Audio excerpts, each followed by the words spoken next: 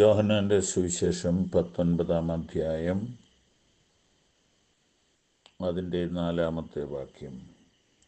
പീലാത്തോസ് പിന്നെയും പുറത്തു വന്നു, ഞാൻ അയാളിൽ ഒരു കുറ്റവും കാണുന്നില്ല എന്നും, അത് നിങ്ങൾ അറിയേണ്ടതിന് ഇതാ ഞാൻ അയാളെ നിങ്ങളുടെ അടുക്കൽ പുറത്തു കൊണ്ടുവരുന്നു എന്നും യഹൂദരോട് പറഞ്ഞു. പീലാത്തോസ് പിന്നെയും പുറത്തു വന്നു, ഞാൻ അവനിൽ ഒരു കുറ്റവും കാണുന്നില്ല എന്ന് നിങ്ങൾ അറിയേണ്ടതിന് അവനെ നിങ്ങളുടെ അടുക്കൽ ഇതാ പുറത്തു കൊണ്ടുവരുന്നു എന്ന് പറഞ്ഞു.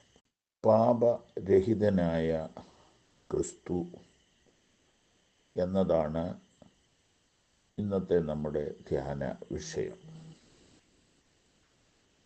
തിരുവചനത്തിൽ ഉടനീളം ഇക്കാര്യം രേഖപ്പെടുത്തിയിട്ടുണ്ട്. 2 കൊരിന്ത്യർ 5-ാം അധ്യായം 20 മുതൽ വായിക്കുമ്പോൾ, പാപം അറിയാത്തവനെ നാം അവനിൽ ദൈവത്തിൻ്റെ നീതി ആകേണ്ടതിന് നമുക്ക് വേണ്ടി പാപമാക്കി എന്ന് പറഞ്ഞിരിക്കുന്നു. അവിടെ നമ്മുടെ കർത്താവ് പാപം അറിയാത്തവനാണ്. യെശയ്യാ പ്രവചനത്തിൽ 53-ാം അധ്യായത്തിൻ്റെ ഒടുവിലേക്ക് വരുമ്പോൾ, അവൻ പാപം ചെയ്തിട്ടില്ല, അവൻ്റെ വായിൽ വഞ്ചനയൊന്നും ഉണ്ടായിരുന്നില്ല, എന്നിട്ടും അവർ അവന് ദുഷ്ടന്മാരോടുകൂടെ ശവക്കുഴി കൊടുത്തു. യോഹന്നാൻ്റെ ലേഖനത്തിൻ്റെ 1-ാം അധ്യായത്തിൻ്റെ 3-ാമത്തെ അധ്യായത്തിൽ വായിച്ച് വരുമ്പോൾ, അവനിൽ പാപമില്ല എന്ന് പറഞ്ഞിരിക്കുന്നു.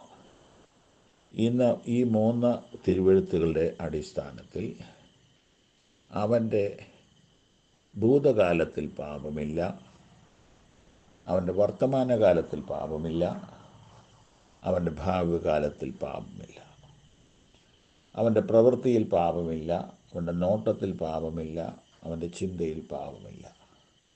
അവൻ പരിശുദ്ധൻ, പരിശുദ്ധൻ, പരിശുദ്ധൻ. യെശയ്യാ പ്രവചനം 6-ാം അധ്യായത്തിൽ കെരൂബുകൾ സൈന്യങ്ങളുടെ യഹോവ പരിശുദ്ധൻ, പരിശുദ്ധൻ, പരിശുദ്ധൻ എന്ന് ഉറക്കെ പറയുന്നത് യേശു കർത്താവിനെക്കുറിച്ചാകുന്നു എന്ന് യോഹന്നാൻ്റെ സുവിശേഷം ശ്രദ്ധയോടെ വായിച്ചാൽ നമുക്ക് മനസ്സിലാകും.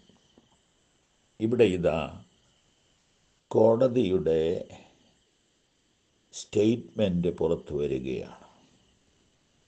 ഈ 2024 ഓഗസ്റ്റ് മാസത്തിൽ സിനിമാ പ്രവർത്തകരെക്കുറിച്ച് വർഷങ്ങൾക്ക് മുമ്പുണ്ടാക്കിയ ഒരു കമ്മീഷൻ്റെ അന്വേഷണ റിപ്പോർട്ട് 4 വർഷത്തിന് ശേഷം പുറത്തു വന്നപ്പോൾ, 1 അല്ല 2 അല്ല 3 അല്ല, അനേക ആളുകൾ വിഭ്രാന്തിയിലായിരിക്കുന്നു. കുറച്ചുകൂടെ വ്യക്തമായാൽ, ഉറക്കമില്ലാത്ത ദിനങ്ങൾ പലർക്കും വന്നിരിക്കുന്നു. എന്തൊരു ഭീകരമാണ്! ഇവിടെ ഇതാ ഒരു കോടതി സ്റ്റേറ്റ്മെൻറ്റ്. അതെന്താണെന്നറിയാമോ? ഞാൻ അയാളിൽ ഒരു കുറ്റവും കാണുന്നില്ല. അത് നിങ്ങളറിയേണ്ടതിന് ഇതാ ഞാൻ അയാളെ നിങ്ങളുടെ അടുക്കൽ പുറത്ത് കൊണ്ടുവരുന്നു.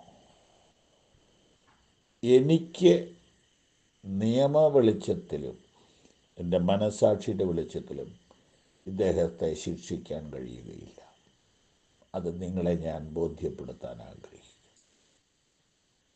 ഇവിടെ നിന്നുകൊണ്ട് നമുക്ക് ഈ രാവിലെ പറയാം, കുറ്റം ചെയ്തത് അവനല്ല, കുറ്റം ചെയ്തത് നമ്മളാണ്.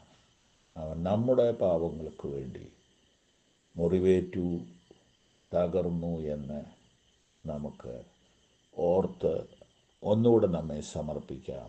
ആമേൻ.